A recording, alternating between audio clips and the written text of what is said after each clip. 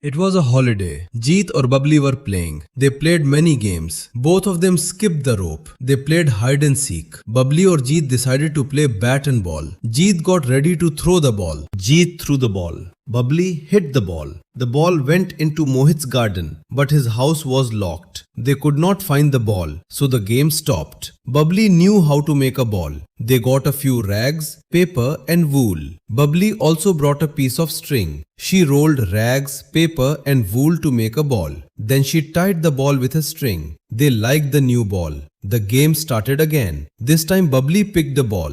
Jeet picked the bat. Babli threw the ball. Jeet hit the ball hard. The ball opened up and scattered in the air. Babli jumped and caught a piece of rag. She jumped and shouted, "Out! Out!"